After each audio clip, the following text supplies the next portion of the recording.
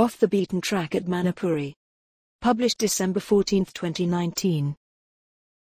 This is my second post in a series about getting off the beaten track in New Zealand, in terms of places and times of year. About catching the spring sunshine and the outdoors when things aren't yet too crowded. A while back, my father Brian and my editor, Chris, went on a tour of Lake Manapouri and Doubtful Sound. This September, I decided to go there too. I hired a campsite at a place called the Manapouri Motels and Holiday Park. I wrote in my last post that spring's a good time to go traveling as there isn't much pressure. In fact, I was one of only 3 people camping there. The Manapouri Motels and Holiday Park is on the main street of Manapouri. Well, there is pretty much only one street in Manapouri Township.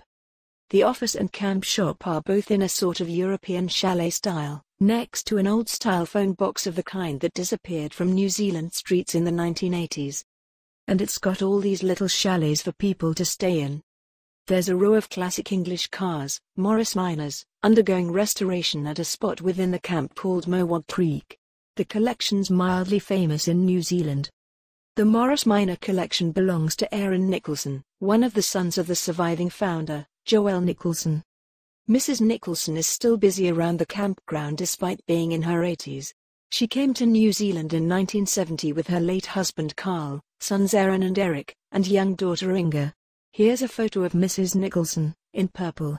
The Nicholsons emigrated from the USA in order to escape the Vietnam War-era draft, which might otherwise have scooped up their growing boys. They brought out their worldly goods in a VW combi van which they'd bought new in Europe in 1966 and traveled around in for a while, hippie style.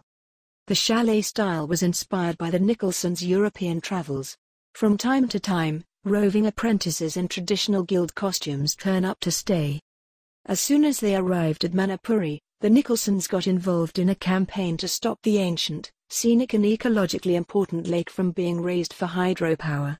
A rock beside the main road, some distance above the lake, shows how high it might have been raised if there had been no protest movement. A chalkboard in a photo of the office says that modern science cannot predict Fiordland weather accurately, which looks like a joke but is actually good advice. They also have a great games room with table tennis and pinball machines. Well, it impressed me at any rate. Unfortunately, the computer games don't work anymore, as they were never intended to last this long.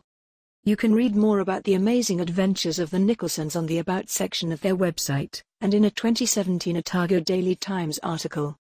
Things to do. Going to Doubtful Sound isn't the only thing you can do from Manapouri Township, by any means. There are some local walking tracks southwest of Manapouri Township that lead past, and up, the spectacular Sugarloaf Peak known as the Monument, which towers 290 meters or just under 1,000 feet above the level of the lake. Some would say that's not much, but it's quite steep and yields a good view. You have to be dropped off by boat in the Hope Arm of Lake Manapouri to actually scale the monument. North of the town you can do the much longer Kepler Track, which is on the Kepler Mountains between Lakes Manapouri and Te Anau. Along with the tracks, the map on this signboard also points to the Manapouri Power Station. So, the hydro scheme did go ahead in the end. On the other hand, Lake Manapouri was only raised by a very small amount, much less than originally proposed. Looking northward, you can see the Kepler Mountains from Manapouri Township. Well, they're hard to miss, really. Looking westward, you can see the sunset over some other mountains. With everything then getting lit up again at dawn.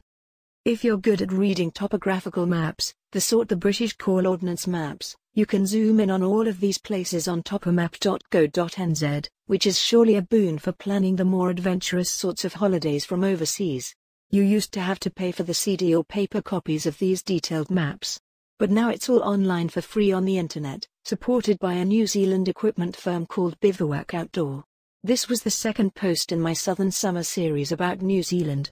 In the next one, I'll be talking about crossing Lake Manapouri to Doubtful Sound myself, and about how Manapouri, though it's a Maori name, was bestowed by a Scottish surveyor.